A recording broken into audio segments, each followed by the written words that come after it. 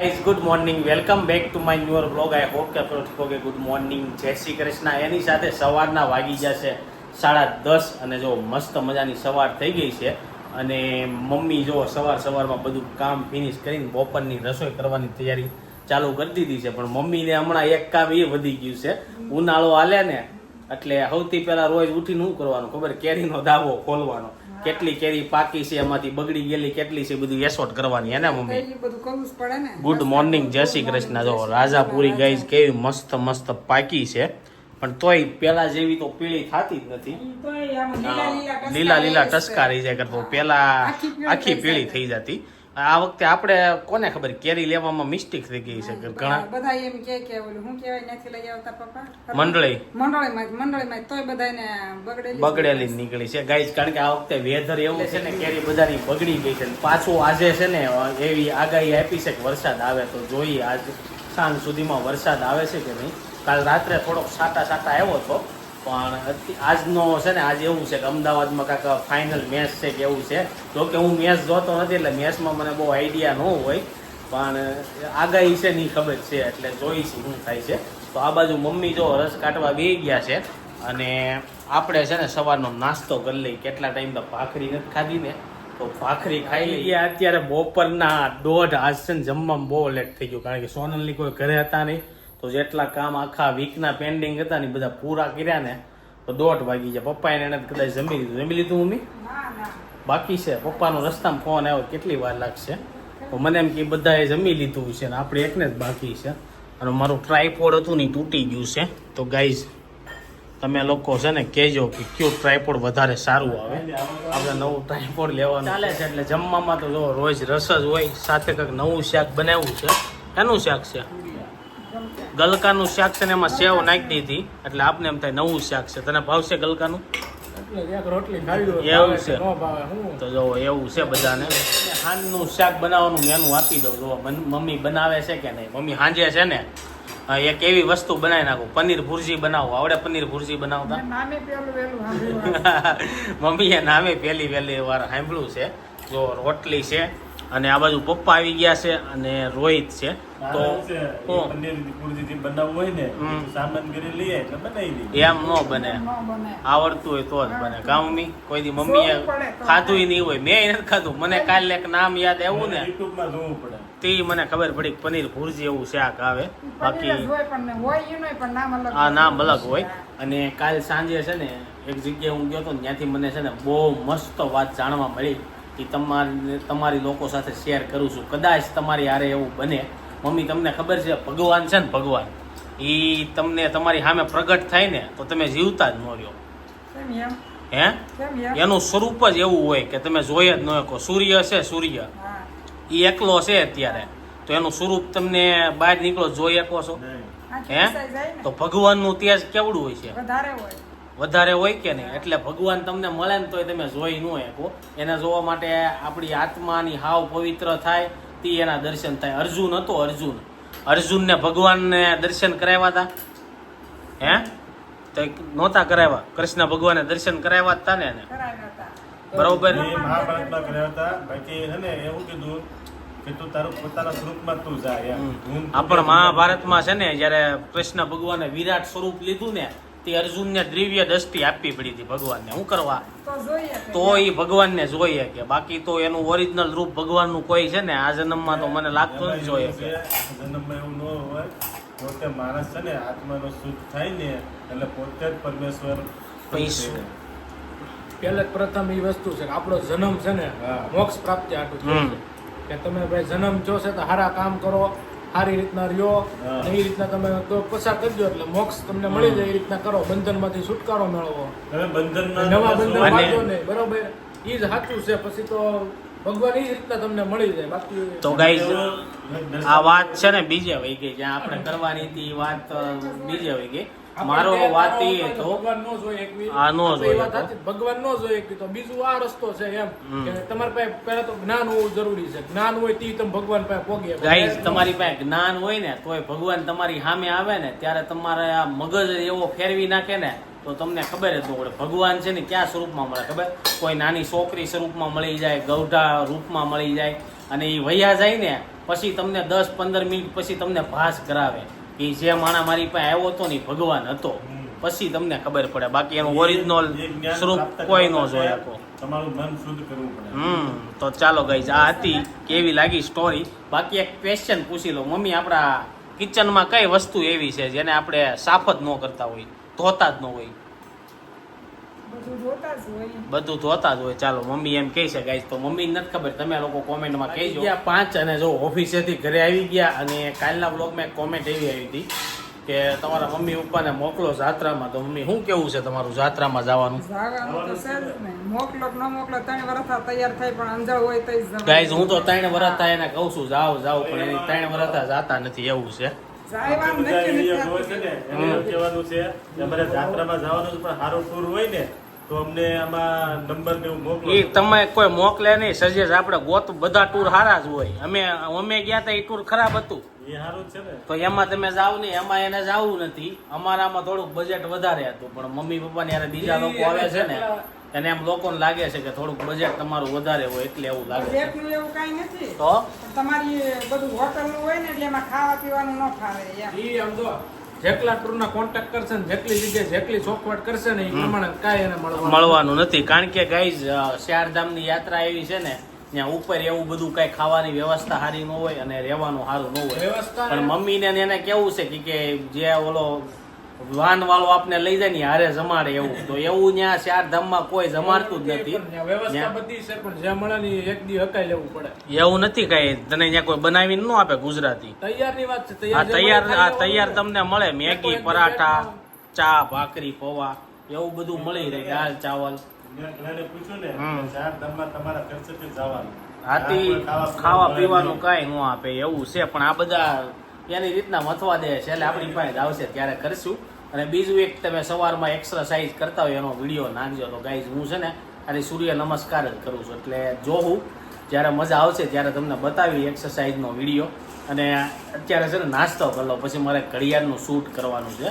કેટલા દિવસ ઘડિયાળ આવી છે તો એ ઘડિયાળ તમને બતાવી દીધો છે ને. તમને જે ઘડિયાળનું કહેતો હતો ને એક રીલ્સ બનાવવાની છે પ્રમોશન માટેની, તો એ બનાવી નાખું. આ બાજુ જો મમ્મી ઠેલી લઈને ઉપડ્યા. ક્યાં ઉપડ્યા મમ્મી? શાક લેવા જાવું. શાક લેવા જવાનું છે. ચાલો મમ્મી શાક લઈને આવે ને કે આપણી એડની રીલ્સ કરી નાખવી. અને બીજું એ કે ચાલો તમને વોચ બતાવું કેવી છે ને. તો જો મસ્ત મજાની છે ને આ વોચ છે, એકદમ સિમ્પલ એકદમ સ્ટાઇલિશ અને પહેરો ને એટલે ફોર્મલ લુકમાં લાગે. તો એની છે ને લિંક તમને યુટ્યુબમાં શોપમાં કંઈક બતાવી છે, ત્યાંથી તમે બાય કરી લેજો. અગર તમે મારા ઇન્સ્ટાગ્રામમાં જાઓ ને સંદીપ તળાવિયા બ્લોગ લખશો ને, એટલે જે યુટ્યુબમાં જે ફોટો છે ને એ જ મારો ઇન્સ્ટાગ્રામમાં છે, એમાંથી રીલ્સ જોઈ લેજો ને મગવી લેજો, મગવી હોય તો. આમાં ટેગ આપેલો છે એનું ઇન્સ્ટાગ્રામ એકાઉન્ટ છે સ્કાયલોના. સ્કાયલોના એનું ઇન્સ્ટાગ્રામ એકાઉન્ટ Account છે છે. @સ્કાયલોના. એમાં તમે ફોલો કરી દેજો અને એમાંથી તમે ત્યાંથી મેસેજ કરીને ઓર્ડર કરી શકશો. અને વેબસાઇટ એ છે skylona.com કે ઇન એવી કાંઈક છે. સ્કાયલોના સર્ચ કરશો ને એટલે આવી જાય, બ્લેક કલરની વોચ આવી જાય. એની આ વોચ છે ને ફૂલ ટ્રેન્ડિંગમાં છે, માર્કેટમાંથી આવી ગયા છે ને. ચાલો જોઈએ મમ્મી હું માર્કેટમાંથી લાવ્યા છે ને, સાંજની જમવાની તૈયારી હું હાલે છે. જો આ બાજુ મમ્મી આવી ગયા છે ને, બધું વેજીટેબલ લઈ લીધું છે. શું બનાવવાનું છે મમ્મી? ખીચડી બનાવી. કેવી ખીચડી બનાવવાનું? ઓલી બનાવો ને બકાલા ખીચડી, એમાં બકાલું ભાવે ને બધું. બકાલું નહીં, રીંગણા બટેકા ને એવું બધું આવે ને. શું આવે? બટાકું તો આવે, હા. રીંગણા ખાલી એક રહી દૂધી ગયું. આવે, હા, રીંગણું રહી ગયું, રીંગણું. દૂધી નાખવાના આપણે નથી દૂધી. નથી. તો ગાઈઝ મમ્મી છે ને સાંજે ખીચડી બનાવવાનો પ્લાન બનાવે છે. અને આ બાજુ શાક માર્કેટમાં ગયા હતા મમ્મી, શાક ઓછું લાવો ને ધક્કો મોટો થતો છે તમારે, એમ જ થાય. હે? એમ જ થાય. પછી મમ્મી- બે દી કાંઈ જરૂર નથી ને. હા જરૂર નથી, કારણ કે ફાર્મમાં જવાની તૈયારી હાલે છે. પણ કેમ કઈ તૈયારી તો આપણે કરવાની નથી, કાલ કરશું. કાલ કરવાની છે. ગુરુવારે નીકળવાનું છે, એટલે કાલ બુધવાર છે, એટલે કાલ બધી તૈયારી થાય. કાલ કદાચ સોનલને રિસીવ આવી જાય, તેડવા જવાના છે. જોઈશી સવારે આવી જાય છે, સાંજે આવે છે, ગુરુવારે સવારે આવે છે. બાકી જો આ ગાજર છે ને મમ્મી, કેમ આવા ગાજર આવે કેસરી કલરના? પેલા ઓલા આવતા ને, કેસરી આવે, ઓલો શિયાળો હોય ને તો ઈ રાતા આવે. આ દેશી ગાજર કહેવાય. ના ના, આ દેશી ન કહેવાય. ઓલા આવે ઈ દેશી કહેવાય એમ ને. ના, ના, ઈ તો ચાલો ગાઈઝ, બીજું તો મકાઈ લાવ્યા છે. મકાઈ ઓલવેઝ આપણી ફેવરિટ છે શાક. અને બાજુ ભીંડો છે, કોબી છે, ફ્લાવર છે. હવે મમ્મી રોજ બપોરે છે ને સલાડ કરી દેવાનું તમારે મને. ખાલી કોબીનું આપો ને તો હાલશે. કોબી, ટમેટા, કાંદા એવું હોય ને તો હાલશે. તો પેપ્સિકમ કોને ખબર, પેપ્સિકમની શોધ કોને કરી હોય? આજથી બહુ મને યાદ છે ને ત્યારે કે પેપ્સિકમ ને એવું ન આવતું. કૈલાસધામમાં રહેતા ત્યાં આવતું મમ્મી? આવતું જ હોય ને આવતું. પણ તઈ વપરાશ ઓછી હતી વરસાદ વાપરતા ને એમ હવે કેમ પેપ્સિકમ બધા વાપરવા મળ્યા છે? મોળું લાગે અને આમ સ્વાદ આવે એટલે ગાઈઝ પેપ્સિકમ મરસા કેમ વાપરવા મળ્યા હોય કોમેન્ટમાં કહેજો. બાકી મેં તમને ઓલું પનીર ભુરજીનું કીધું હતું, વિડીયો જોયો તો કે નહીં યુટ્યુબમાં? કાંઈ જોયું નથી. મેં કીધું બપોર વસાળા તમે જોઈને કેવો હાલો સાંજે શીખવી એમ. પેલા તમે નો કૈલાસધામમાં રહેતા, હા પેલા કેવું હતું ખબર? પેલાના આ યાદ આવી ગયું. પેલા જ્યારે આપણે ઘરમાં રહેતા હતી ફોન કોઈ પાસે નહોતા, તો ટીવીમાં છે ને બપોર વસાળા રસોઈની રાણી આવે, એમાં બધી બાયું બપોર વસાળા છે ને શું જોવે ખબર? રેસીપી જોવે. તમને ખબર છે? પણ સાંજે એ માયલું કઈ બનાવવાનું ન હોય તોય જોયા. એવું કેમ કરતા છે? એમાં અઘરું હોય હેલું હોય તો આવડે હે એવું હોય ને. આ અઘરું હોય ને એ લોકો બનાવે ને એ રીતના થાય ને એ બધાનું માપ એમાં તેવું વસ્તુ પરફેક્ટ બધી અલગ અલગ હોય ઈ થોડા કાંટો બધું આ લાવવું પડે, એ આપણે ન પોવાય એવું થાય. એની કરતા આપણે રેડીમેડ ખાઈ લઈએ ને સારું પડે. ચાલો ખીચડી બનવાનો પ્રોગ્રામ છે, ખીચડી એન્જોય કરીશું. ત્યાં સાંજના 8:30 અને જો બહુ જમવામાં છે ને લેટ થઈ ગયું, કારણ કે મમ્મીને ખાલી ખીચડી બનાવવાની હતી અને રોહિતે એન્ડ ટાઈમે કીધું કે હારો કઢી બનાવો. ભાઈને કઢી પીવી હોય એક વાટક્યો અને કઢી બનાવડાવી હે ને. કઢી હોય તો મજા આવે ને. અને મમ્મીએ પાછી એક તપેલું કઢી બનાવી નાખી. કેમ એટલી બધી જાજી બનાવી એમ? મમ્મી પાસે આમાં છે ને ભાખરી સોળીને ખાય, ખીચડી ઓછી ખાય ને ભાખરી ખાય. આ બાજુ પપ્પા વહી ગયા છે અને બધા લોકો જમતા હતા. અને બપોરે આપણે ફરવા જવાની વાત કરતા હતા ને તે મને એક વસ્તુ યાદ આવી ગઈ. હું બેઠો બેઠો ફોન ઘૂમડતો હતો, તો અમે જ્યારે ફરવા ગયા ને મેરેજ પછી ત્યારે અમે રિવર રાફ્ટિંગ કર્યું હતું. એ વિડીયો મેં ઘણા લોકોને બતાવ્યો નહોતો, ઘણા લોકોએ જોયું નહોતું, કારણ કે મેં એટલે નહોતો બતાવ્યો કે ઘરે છે ને તે અમે ગયા નથી, ઘરેથી અમને ના પાડી હતી. કારણ કે નવા લગ્ન થયા હોય એટલે બધાએ હું કીધું હતું કે પાણીમાં ક્યાંય જાતા નહીં, એવી નવી જગ્યાએ કાંઈ નવી એક્ટિવિટી કરતા નહીં. તો અમે કરી હતી અને આજે એ વ્લોગમાં તમને એડ કરી. તમે જોયું હતું મમ્મી? એકવાર આડું આવ્યું ત્યાં. આડું આવ્યું હતું. આ લોકોને કદાચ ખબર નહીં હોય શું છે. કરાય નહીં પણ તે કર્યું પાણીનું ને એ બધું સાહસ ન કરાય. અરે તમે ફરવા જાવ ને તે કરજો, ત્યાં ઋષિકેશની બાજુ કરે બહુ મજા આવશે. જેકેટ પહેરાવેલા હોય કાંઈ વાંધો નહીં. જેકેટ ને એવું પહેરાવ્યું હોય પણ મમ્મીની તોય બીવે, એટલે અમને ના પડતા હતા ને ત્યારે નહોતું કરાવ્યું. મેં કદાચ બ્લોગમાં નાખ્યું હતું નહોતું નાખ્યું યાદ નથી, પણ સ્ટોરીમાં મૂક્યું હતું. પણ ત્યારે ઇન્સ્ટાગ્રામમાં એટલા ફોલોવર્સ કે એવું કંઈ નહોતું.